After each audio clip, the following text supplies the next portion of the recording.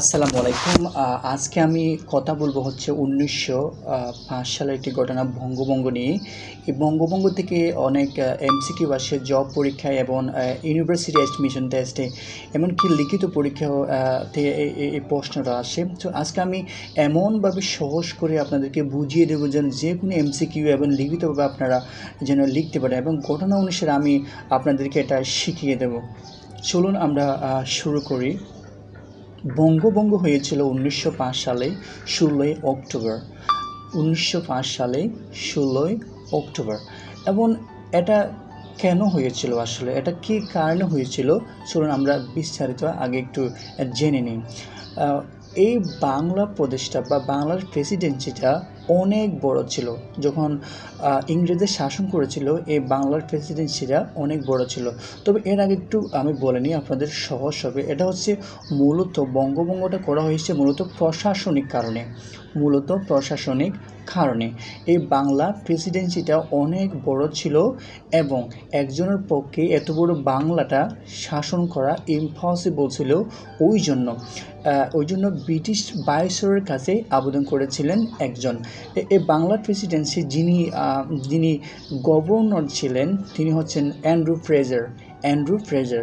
উনি একটা আবেদন তুলে ধরেছিলেন ব্রিটিশ ভাইসরয় লর্ড কার্জনের কাছে, বলেছিলেন যে এত বড় বাংলাটা একজনের পক্ষে শাসন করা সম্ভব হচ্ছে না, আপনি এটাকে দুইভাবে পৃথক করে দেন, এটা প্রশাসনিক কারণেও সুবিধা হবে এবং পশ্চিমবঙ্গ এবং পূর্ববঙ্গ মানুষের যে সমতা বজায় থাকবে।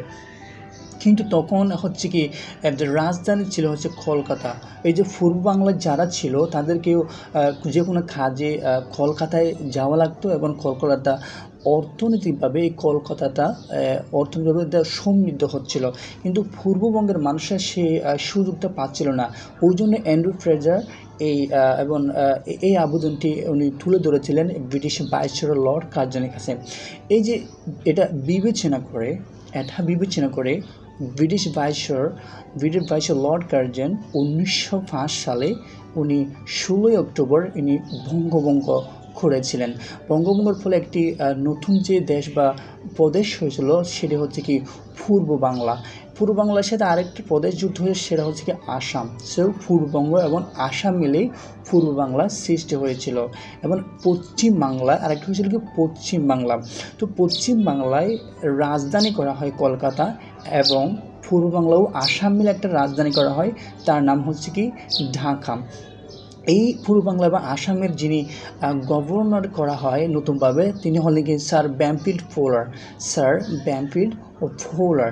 এবং পশ্চিমবঙ্গে ওদিকে আমরা না যাই, আমরা পূর্ববঙ্গটাই আমরা গিয়ে করি, কারণ ওখান থেকে বেশিরভাগ প্রশ্ন আসে, ঠিক আছে। তো আমরা মনে রাখবো কি স্যার ব্যামফিল্ড ফোলার। তবে এই যে এই বঙ্গভঙ্গটার ফলে যারা বেশি খুশি হয়েছিলেন তারা হচ্ছে কি মুসলমানরা খুশি হয়েছিলেন, আর ওদিকে হিন্দুরা কিন্তু একটু আনহ্যাপি ছিলেন বঙ্গভঙ্গের কারণে। কারণ পূর্ববঙ্গের মানুষরা ওরা কলকাতায় যাবে না, কারণ সব কিছু ঢাকায় হবে, কারণ ঢাকা নতুনভাবে রাজধানী করা হয়েছিল। এই যে বঙ্গভঙ্গের ফলে হিন্দুরা কিন্তু খুশি ছিল না, তারা কিন্তু বিভিন্নভাবে আন্দোলন চালিয়ে যাচ্ছে। আপনি বুদ্ধিজীবী, সাংবাদিক এবং সাধারণ মানুষ এবং তারা আন্দোলন করতে শুরু করলো যে বঙ্গভঙ্গ কেন হয়েছিল। ইভেন অনেক কবি আন্দোলন করেছিলেন, যেমন কি রবীন্দ্রনাথ ঠাকুর বলেছিলেন এই বঙ্গভঙ্গ ফলে বলেছিলেন কি বঙ্গমাতার অঙ্গচ্ছেদ হয়েছে, এবং উনি বঙ্গভঙ্গের প্রেক্ষিতে মানে বঙ্গভঙ্গর পক্ষে আন্দোলন করে একটা গেয়া লিখেছিলেন কবিতা, সেটা হচ্ছে কি আমার সোনার বাংলা, এটা লিখেছিলেন। এবং কি কবি দীনেন্দ্রনাথ দত্ত, আমি বলছি কি দীনেন্দ্রনাথ দত্ত তিনি একটা কবিতা লিখেছিলেন ধন্য দ্বারা এই বসুন্ধরা, এটা লিখেছিলেন। এটা সব কিছু ছিল মানে বঙ্গভঙ্গের বিপক্ষে বা বঙ্গভঙ্গকে লক্ষ্য করে, বঙ্গভঙ্গকে আবার রদ করে মিলানোর জন্য তারা এগুলা বলেছিলেন। ইভেন অনেক কবিও আন্দোলন করেছিলেন এই বঙ্গভঙ্গের ফলে। এমনকি পশ্চিমবঙ্গের মানুষরা হিন্দুরা তারা স্বদেশী আন্দোলন শুরু করেছিল। তারা বলেছিল তারা ব্রিটিশদের পণ্য বর্জন করতে শুরু করলো, তারা ব্রিটিশদের বিরুদ্ধে কাজ করতে শুরু করলো। এরকম একটা পরিস্থিতি শুরু হয়েছিল তখন এই ভারতবর্ষে পশ্চিমবঙ্গে।